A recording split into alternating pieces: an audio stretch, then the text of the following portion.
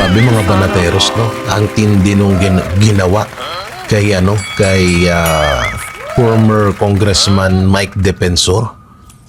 Biruin mo, pati yung dalawang anak niya idinamay sa kaso. Anong alam nun? No? Ganyan katindi ho ngayon kapag ikaw ay alam nilang hindi ka nila kayang hawakan sa leeg, hindi ka nila kakampi, yari ka. Kung ano-anong kaso ang sa'yo, ang ibabato sa'yo. Kaya sa totoo lang talaga alam nyo, hindi sa gusto kong makasuhan, pero nakaka-proud. Na alam mo yun, na tipong maipagmamalaki ko or maipagmamalaki ng lahat ng lumalaban ngayon sa korupsyon.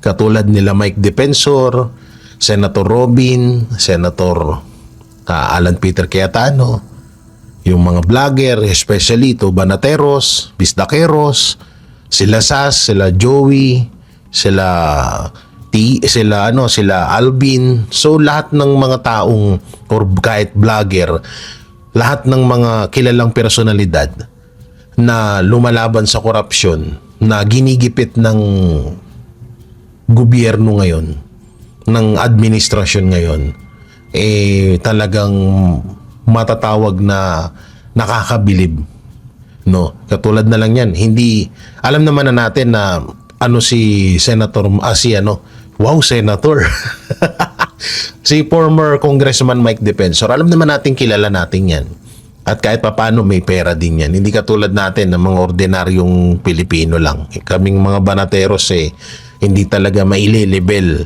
kay katulad nila Senator Marcoleta, Mike Defensor, Alan Peter Cayetano, Senator Bato, Senator Robin. So hindi kami dyan dahil kilala talaga yung mga yan at binoto ng taong bayan talaga at gusto ng taong bayan yan. So talagang tatatak sa history sa kaisipan ng bawat Pilipino na itong mga taong to ay kaya nakasuhan, kaya makukulong, or kaya makakasuhan dahil sa pinaglalaban nila. At yun? Yun nga yung paglaban sa corruption. Nagsimula lang naman lahat ito, itong ginagawa kay former Congressman Mike Defensor, dahil sa pagsama niya sa 18 Marines, or isa din siya sa lumalaban sa corruption ngayon. Ang pinagtataka ko lang, pinag-utos ni Pangulong Bongbong Marcos noon na sabihin sa kanya, ilahad sa kanya, isumbong sa kanya yung korupsyon na makikita natin, 'di ba? So yung ginagawa nila Senator Bato, Alan Peter Cayetano, Congressman Mike Defensor, Senator Marcoleta, at iba pa, kaming mga banateros, bisdaqueros, lahat ng mga vloggers na lumalaban sa korupsyon ngayon, nagsusumbong parang ganun na nagsusumbong lamang kami, naglalahad kami ng mga impormasyon na mapatungkol sa mga korupsyon na nangyayari sa Pilipinas. Bakit pinag-iinitan kami? Katulad ko, pinag-iinitan ako ni Tukmol nung nakaraan, di ba? Oo, ni Tukmol. Kilala mo si Tukmol, basta pag letter T ang Tukmol talaga yan. So, pinag-initan ako dahil ako'y nagtanong lang ako about dun sa post ni Attorney Baligod, pero nagalit sa akin. So binura ko naman na yun, no? At bahala na siya kung anong gagawin niya. Ngayon, sobra akong nanggigigil na kung sino pa yung mga taong lumalaban sa korupsyon, katulad ni Mike Defensor, sila pa yung mga ginigipit at pinapahirapan ngayon. Pati pamilya damay na. Ang malapit dito, bakit hinahayaan ni Pangulong Bongbong Marcos na yung mga taong lumalaban sa korupsyon, na sabi mismo niya sa bunganga niya na magsumbong, ipaalam sa kanya kung sino yung nakikitang nangungurap. Ngayon, may 18 Marines, may Gutesa, may Mike Defensor at iba pa, mga vloggers na nagsasabing ganito ganyan. Bakit hinahayaan mo na gipitin sila? Tsaka yung about doon sa KTV or ano bang aliwan yon na ibinibintang kay Mike Defensor, wala naman halos may pakitang ebidensya na pagmamayari niya talaga yon. 'Di ba? So, grabe, sobrang lupit na ngayon. So, ibig sabihin, dahil hinahayaan lang ni Marcos Jr. nagipitin, kasuhan, walang yain yung mga taong lumalaban sa korupsyon, ibig sabihin pabor si Marcos Jr. sa nangyayaring korupsyon ngayon sa bansang Pilipinas kasi halatado na talagang alam mo yun na parang gusto niya na mawala lahat ng mga taong lumalaban sa korupsyon sa bansang Pilipinas. Ganun ba yun? So mga banateros, may naalala ko na isang pahayag or interview o sinabi ni Vice President Sara Duterte na itong si First Lady Lisa Araneta Marcos ay tumawag sa kanya at nangihingi ng pabor. At ngayon ay napag-uusapan yung about kay Mary Grace Piatos. So merong mga lumabas noon na mga balita na itong Mary Grace Piatos ay si Lisa Araneta Marcos. Meron ding lumabas na itong si Mary Grace Piatos ay kilala ni First Lady Lisa Araneta Marcos. Ngayon, ang nangyayari, may mga bali-balita ngayon. Di umano ulit, ha? Baka ano na naman yung isipin ng iba dyan. Di umano ay may kukunin or may in-hire. May gustong kunin na isang tao na magpapanggap na Mary Grace Piatos para idiin si Vice President Sara Duterte. Di umano. Nako, sino kayang taong ito na gagamitin or pagpapanggapin na Mary Grace Piatos? At ano nga ba sino nga ba etong si Mary Grace Piatos? May napanood ako na isang interview kay Attorney Batu na may posibilidad na kaya patuloy na hinahanap at tinutukoy kung sino itong Mary Grace Piatos na to, dahil ito ay may posibilidad na siya ay patay na lamang kapag nakilala siya. Kasi nga ang confidential fund na yan ay ginagamit kadalasan yan sa mga katulad yan, yung mga nakawan sa gobyerno, no? So ikaw ang magsusuplong. Ikaw ang mag-iimbestiga kung ano yung mga kilos nila, ano yung galaw nito. Kung hindi ako nagkakamali, i-correct nyo na lang ako dyan sa comment section pag nagkamali ako about sa pagkakaintindi ko kung saan ginagastos ang confidential funds. So kasi dyan kasi nalaman din ni BP Sara at ng kampo ng Office of the Vice President na merong laptop scam etong si Saldico. So sa pamamagitan niyan ng confidential fund. So naisip ko na baka ginagamit yung confidential fund na yan dahil sa mga katulad niyan, yung mga korupsyon, mga terorista, mga planong, alam mo yun, yung mga delikadong plano na gagawin sa gobyerno. So kadalasan ata dyan ginagawa yan. So ngayon napaisip ako, yung sinabi dati ni BP Sara na tumawag si First Lady Lisa Araneta Marcos at may voice call, may video call, may video record, hindi ko matukoy kung gano'n ang pagkakasabi, kailan kaya din natin makikita yun? Kailan kaya natin mapapanood? At anong kinalaman ni First Lady Lisa Araneta Marcos sa issue ni Vice President Sara Duterte at dito kay Mary Grace Piatos? Parang may naaamoy akong malansa. Bakit kaya? Sino kaya si Mary Grace Piatos na yan? So eto mga banateros, yung dating sheriff na sinapak ni BP Sara Duterte ay di ba naglabas na ng statement na hindi daw siya titistigo, hindi daw siya mayangialam sa political war or kung anong away politika na nagaganap ngayon sa bansang Pilipinas. So ayaw niya daw tumistigo. Ngayon, may nangyayari at medyo nakakatakot ito.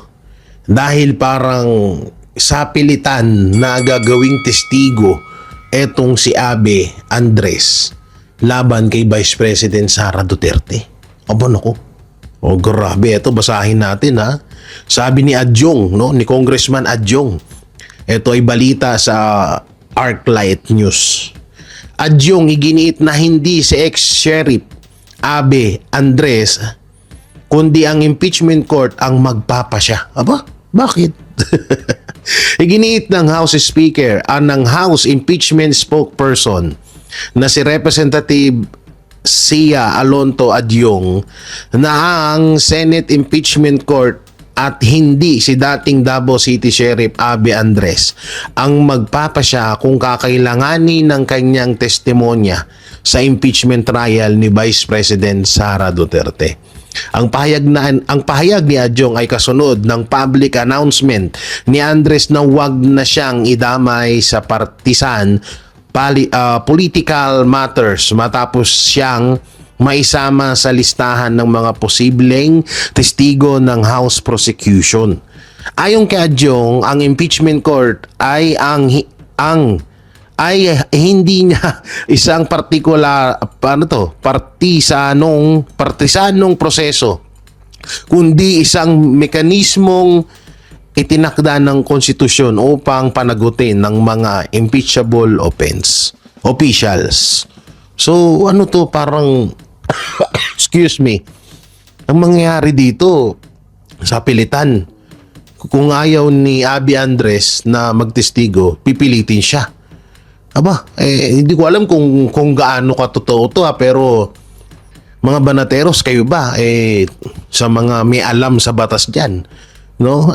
Ako yung magtatanong, tama ba to? Ito ba hindi ba labag to sa batas? Hindi ba ito labag sa konstitusyon na yung taong tumatanggi na magtestigo ay pipilitin para lang mapabagsak or para lang idiin ng isang tao?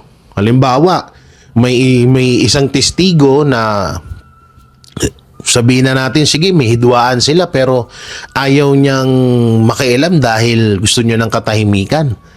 Tsaka siguro nagkapatawaran naman na si VP Sara Duterte at etong si Abe Andres at ang tagal-tagal na nun. Ilang taon na halos na lumipas yung issue na yan na sinuntok ni VP Sara yan. Siguro nagkabati na yan dalawa ngayon. Ang ginagawa mukhang pipilitin etong si Abe Andres na magtestigo laban kay Vice President Sara Duterte. Naku po, ano bang nangyayari ngayon? Sa pilitan na lang talaga lahat Talagang matindi na yung pangangailangan nila para lang mapabagsak si VP Sara Duterte. So kayo mga banateros, anong may kukomento nyo? Nako mga banateros, eto, may isa tayong balita. Etong impeachment ni Vice President Sara Duterte ay gagamitin para pagtakpan ang korupsyon na nangyayari sa bansang Pilipinas. So bakit ba, Jay? Bakit gagamitin? Anong ebidensya mo? Ano ang tawag dito? Ano ang ipapakita mo sa aming ebidensya? Bakit gagamitin? Ito, basahin natin May babasahin ako sa inyo. Ito ay post ng Masang Pilipino. Ang balita ngayon at ng ArcLight News. At iba pa. Posible naman na mag-fake news tong mga to dahil malalaking pages to, no? So basahin natin Impeachment trial ni Vice President Sara Duterte posibleng umabot hanggang sa susunod na taon ayon kay Senate President Gatchalian. Maaaring umabot hanggang Pebrero 2027 ang impeachment trial ni Vice President Sara Duterte kung magsisimula ito ngayong Hulyo ayon kay Senate President Sherwin Gatchalian. Sa tansya namin mga 7 to 8 months ang impeachment trial kung mag-uumpisa tayo ng July. Baka next February na tayo matapos, ani ni Gatchalian. Dahil sa mga inaasahan haba ng paglilitis, sinabi niya ang pinag-aaralan ng Senado ang mga posibleng hakbang upang mabilis ang proseso ng hindi naapektuhan ng pagiging patas na impeachment proceeding. Dalawa to mga banateros, mga kabiyaya. Una-una, mapagtatakpan nila yung korupsyon na nangyayari. So, pupokus lang sila ng pupokus sa impeachment ni VP Sara Duterte. Tapos, pagdating ng 2027, dahil malapit na nga ang eleksyon, doon nila kakanain si VP Sara. Para hindi na nga nila tumakalaban, para wala nang, alam nyo na yun, wala nang tatalo sa kanila, wala nang sasagabal sa kanilang mga plano. So yan po ang nakikita ko dito, no? At ang malupit pa dito, tingnan nyo, ang bilis, ang tagal ng proseso. Talagang sa madaling salita, ngayon pa lang pinamumukha na ho sa atin ng Gatchalian Black or ng BBM Senator na talagang aabot to ng ilang buwan. At talagang pinamumukha nila sa atin na yan lang ang gagawin ng Senado. Para hindi rin maimbestigahan yung flood control scam, pupokus sila sa impeachment. Para hindi mapag-usapan yung ibang nakawan na nangyayari sa gobyerno, pupokus sila sa impeachment. So, puro lang impeachment ng impeachment na paulit-ulit, na alam naman natin na wala namang nilabag na batas or wala namang nilabag na si VP Sara Duterte na para i-impeach siya, dahil kung usapang confidential fund lang naman, may di hamak na mas malaki ang confidential fund ng Office of the President na nagkakahalaga ng 4.5 billion. Billion, ha? Samantalang etong kay VP Sara 125 million ang kanilang sinusumbat. At dahil nga dyan sa 125 million na yan, dyan nalaman yung laptop scam ni Saldico. Yan. So,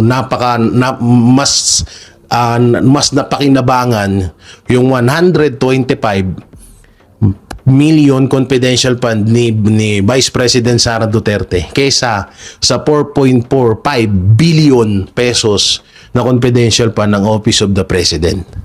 Ang tanong, saan kaya napupunta yung ganyang kalaking confidential fund ng Pangulo? At bakit hindi rin siya iniimbestigahan at wala man lang nag-i-impeach sa kanya? Kasi kung basihan lamang ay ang confidential fund dahil di umano may nilabag daw na batas si VP Sara, bakit ayaw simulan ng investigasyon laban kay Marcos Jr. din? 'Di ba? So dito pa lang talagang mga banateros, talagang obvious na talagang ginagago nila ang taong bayan. Papahabain nila ng papahabain ng usaping impeachment para matabunan yung ibang mga dapat imbestigahan ng Senado. Grabe, no? Ang lupit nyo talaga. Ngayon pa lang, ang prosecution, nag-create na sila ng optics, Admar. Di ba? Klaro masyado yung ginagawa na optics na para gisingin ulit yung nakalimutan na pangyayari and condition the mind of the people. Magaling talaga ito sila manipulate ng mind ng mga tao. Kung sheriff ba, pwede ba siyang tumanggi? Halimbawa, kasi hihilingin siya na maging witness. Pwede ba siyang tumanggi? Ayaw niya maging witness at lumahok dito sa impeachment? Well, yes, but he will be subpoenaed. Baka hingian ng order of arrest for that testifying, no? But at the end of the day, if he goes to court and says that I do not want to speak, hindi nila mapipilit. No. Pero yung to appear, kasi if he has a subpoena ad testificandum, yung subpoena to testify, he cannot defy that order. But yung mag-upo sa witness stand and doesn't want to talk about it, that is his right. Okay, iba po yung pag-appear to be a witness, pero kung magsalita at ayaw niya magsalita, that's another thing. Opo, kung ganito po yung kanilang logic po, attorney, bakit hindi rin po ipatawag na lang ng House Prosecution dito naman sa patungkol kay Mary Grace Piatos na may kaugnayan dun sa sheriff din, yung ibang mga ahensya ng gobyerno na gumagamit ng intelligence fund o di kaya yung non-confidential funds, kung paano din nila ginamit. Kasi sa pagkakaalam natin, kaya ganito yung naging patakaran, kasi hindi basta-basta na naibubulgar yung pangalan. Sa pangalan pa nga, confidential fund. Attorney, ano masasabi mo? That is how I like the way you think kasi, Admar. Ha? Tama yan. Now, if they want to be yung gusto nila irrelevant na mga bagay, hindi mag-irrelevant na tayong lahat. Kaya nga, we cannot do that. Actually, unfortunately, as much as we want to. Why? Because they are not part of the proceedings. And the prosecution is attempting to do that, no? But, that will not be allowed. And that will be objectionable. Because those are matters na nangyari po na hindi naman siya vice president, no? So, tama yung observation mo. Sige, ganun. Sige, ganun pala. Sabihin ng defense, sige, ipatawag ko lahat yung may mga confidential, yung si chief ng AFP, si BPM, ipatawag ko as witness ko, something like that. Di ba magulo na, di ba? Irrelevant. So, kaya nga meron tayong rule wherein the rule on relevancy of a certain evidence. Now, the Senate Impeachment Court is given the authority as the presiding officers to rule upon its allowance or disallowance. So, ibig sabihin, hindi yan pwede. Wala naman yung kasalian eh. Ano bang purpose ninyo? Kasi normally kasi pag magpapresent ka na witness, sasabihin mo yun doon sa Senate Impeachment Court. No? Hindi normally. That is the rule talaga na, Your Honor, the testimony of the witness is being offered to prove the following. Number one, that the Vice President has a tendency to do this, etc. Any comment, the defense, Your Honor, what is the relevance of this testimony of this person when in fact the issue is about the threat and everything, and in fact we haven't offered evidence of good faith on the part of the defense, and now they are proving immediately a bad faith. Para mga technical terms na lang yun, no? But of course, I think the Senate Impeachment Court, I believe, no, hindi talaga yan siya ipatetestify kasi wala man niyang connection. However, ngayon pa lang, ang prosecution, nag-create na sila ng optics, Admar. Di ba? Klaro masyado yung ginagawa na optics na para gisingin ulit yung nakalimutan na pangyayari and condition the mind of the people. Magaling talaga ito sila manipulate ng mind ng mga tao. Opo. Doon naman po sa issue po ng mga resibo na nasa box na hindi pa alam kung ano talaga yung laman o datos noon. Maaari ba gawing ebidensya kahit hindi mo alam kung ano yung laman doon? At maaari bang ipagpilitan sa clerk of court pa lamang na gagawin ko tong ebidensya, pamamarkahan ko ito sa kabila po ng may mga batas ukol nga po dito, attorney? Hindi po. Actually, the only forum that could have it opened, it would be the impeachment court because it will be stated on the level of the clerk, no, to open it. I would think that that would not be allowable kasi the contents of which should have been known later on at the time to sa impeachment proceedings. Now, whether it is favorable sa kanila o hindi, yun ang kuyaw, ayun ang delikado. It's because maybe if it is indeed damaging, tapos sabihin, hindi na namin ipipresent ito kasi damaging pala. O, di ba? Ay, yun ang problema kapag sanay kayo sa tinatawag na fishing expedition. Opo. Dito naman po sa ito bang petisyon sa Korte Suprema ay nananatiling buhay at maaari pa rin na magpatigil dito sa impeachment proceeding na ngayon ay nasa Senado na? Okay. Magandang tanong na naman yan. Kasi may pending petition nga, no? Yan yung actions ng COJ. Doon sa the time na they conducted mini trial and hanggang ngayon hindi pa na-rule upon. Now, alam mo, there are matters na I am keeping my mouth shut sana, pero I want to say na it is possible kasi na before mag-conduct ng trial proper, it is possible that those matters that number one, yung grounds for dismissal, yung motions to dismiss by the presented by the defense should be ruled upon first, no? Which can be ruled without even presenting evidence, no?